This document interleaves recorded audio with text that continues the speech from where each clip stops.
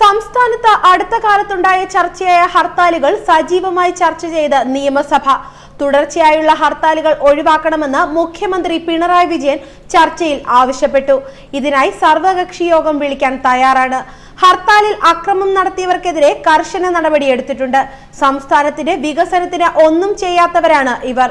തുടർച്ചയായുള്ള ഹർത്താലുകൾ ചിലർ ബോധപൂർവം നടത്തിയതാണെന്നും മുഖ്യമന്ത്രി നിയമസഭയിൽ പറഞ്ഞു. അനാവശ്യ ഹർത്താലുകൾ പൊതുജന ജീവിതത്തെ സാരമായി ബാധിച്ചുവെന്ന് ചോദ്യോത്തരവേളയിൽ ഇടതു വലതു മുന്നണികളിലെ MLA-മാർ ചൂണ്ടിക്കാട്ടി. ഇതിനോട് അനുകൂലമായി പ്രതികരിച്ച മുഖ്യമന്ത്രി UDF ഗൗരവത്തോടെയാണ് ഇതിനെ കാണുന്നതെങ്കിൽ ഇക്കാര്യത്തിൽ സർവകക്ഷി യോഗം വിളിക്കാൻ തയ്യാറാണെന്ന് അറിയിച്ചു. ഹർത്താൽ മൂലമുണ്ടാക്കുന്ന നാശനഷ്ടങ്ങളെക്കുറിച്ച് ചർച്ച ചെയ്യാൻ സർവകക്ഷി യോഗം വിളിച്ചുകൂട്ടാൻ തയ്യാറാണോ എന്ന ലീഗ് MLA PK ബഷീറിന്റെ ചോദ്യത്തിനാണ് മുഖ്യമന്ത്രി സർവകക്ഷി യോഗം വിളിക്കാമെന്ന് അറിയിച്ചത്.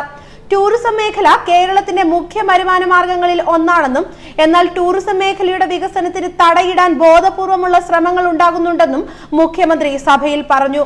കേരളത്തിന്റെ ഇതുവരെയുള്ള വികസനത്തിൽ ഒരു പങ്കും വഹിക്കാത്ത ചിലർ കേരളത്തിന്റെ മുന്നോട്ടുള്ള കുതിപ്പ് തടയാനും പിന്നോട്ടടിക്കാനും ശ്രമിക്കുന്നുണ്ട്.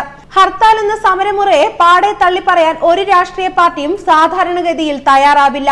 ഒരു ജനാധിപത്യ വ്യവസ്ഥിതിയിൽ ജനകീയ പ്രതിഷേധം പല തലങ്ങളിൽ വരും. PK ബഷീർ മുന്നോട്ട് വെച്ച നിർദ്ദേശം ലീഗിന്റെയും UDF-ന്റെയും പൊതുവികാരമാണെങ്കിൽ ഇക്കാര്യത്തിൽ അനുകൂല നടപടിയുമായും പോകാൻ സർക്കാർ തയ്യാറാണ്. സർക്കാർ നിലപാട് വ്യക്തമാക്കിക്കൊണ്ട് മുഖ്യമന്ത്രി പറഞ്ഞു. അതേസമയം കേരള ഹൈക്കോടതി ഹർത്താലിനെതിരെ പുറപ്പെടുവിച്ച വിധിയുടെ അടിസ്ഥാനത്തിൽ UDF സർക്കാർ കൊണ്ടുവന്ന ഹർത്താൽ നിയന്ത്രണ ബിൽ എന്തുകൊണ്ട് നടപ്പാക്കാൻ തയ്യാറാവുന്നില്ലെന്ന് പ്രതിപക്ഷ നേതാവ് രമേശ് ചെന്നിത്തല ചോദിച്ചു.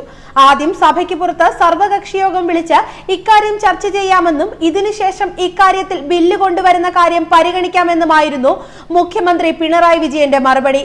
കഴിഞ്ഞ ഹർത്താലിനിടെ കോഴിക്കോട് മിഠായി തെരുവിലുണ്ടായ ആക്രമണങ്ങളിൽ വ്യാപാരികൾക്കുണ്ടായ നാശനഷ്ടങ്ങൾ നികത്താൻ മുൻകൈയെടുക്കുമോ എന്ന ചോദ്യത്തിൽ ഹർത്താലിലുണ്ടായ എല്ലാ ആക്രമണങ്ങൾക്കുമെതിരെ ശക്തമായ നിലപാടാണ് സർക്കാരും പോലീസും സ്വീകരിച്ചതെന്ന് മുഖ്യമന്ത്രി പറഞ്ഞു.